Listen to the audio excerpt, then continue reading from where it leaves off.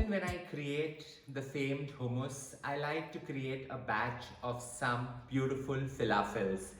Falafels is nothing but a chickpea laden patty which has a whole lot of goodness. It's so versatile that you can add odds and ends of vegetables right in. Authentically deep fried, I'm going to hit the right nerve here by having them baked beautifully in the oven.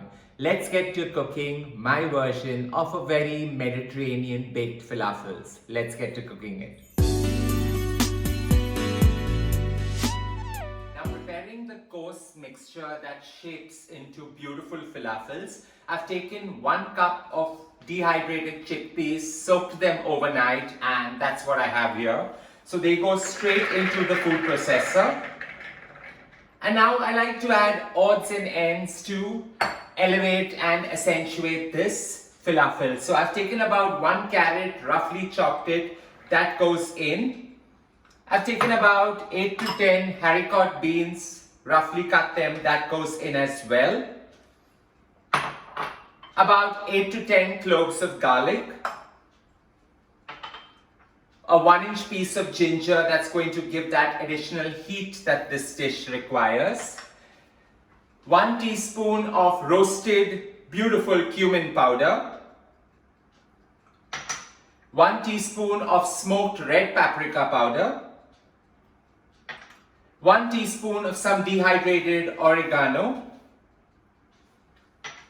Here I've got 4 spring onions that I've roughly cut and that goes in.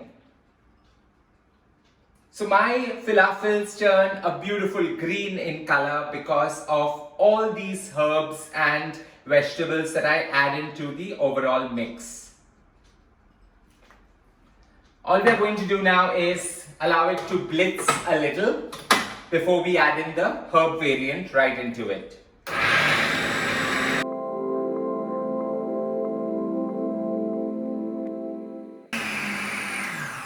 Halfway through the process, you add in the herbs. So I've taken about half a bunch of mint leaves and that goes right in. And I've taken a medium bunch of cilantro and that goes in as well. I'm just going to push everything in so that it blitz beautifully along with the chickpea and the vegetables, and at the same time gives it a beautiful green color.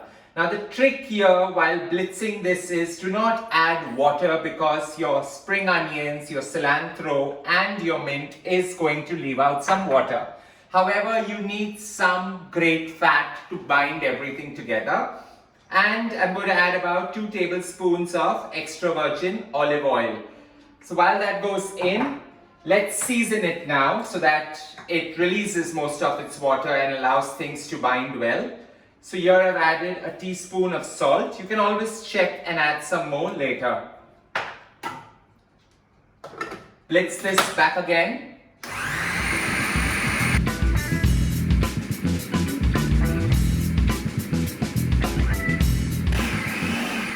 This falafel coarse mixture is ready. And because of all the herbs that we put in, it has left out way too much of water, which will help hold everything well together.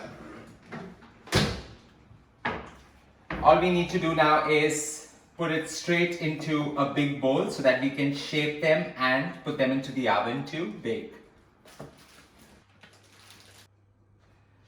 Having got the coarse texture really well, it's now time to line a mold. So I'm just going to take about half a tablespoon of olive oil and allow it to settle at the bottom. This prevents the falafels from sticking to the bottom.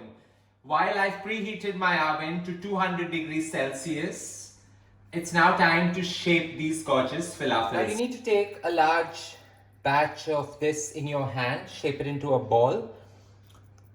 Just lightly flatten it, ensure that it holds its shape. In case you find your falafel batter a little wet, you can add about 2 tablespoons of refined flour, but actually that's totally optional and so not required. Take a little of it again.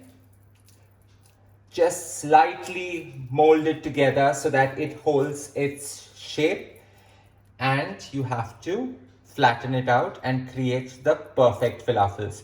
So I'm creating large pieces. You can go and suit the needs that your family would like. So here I have it.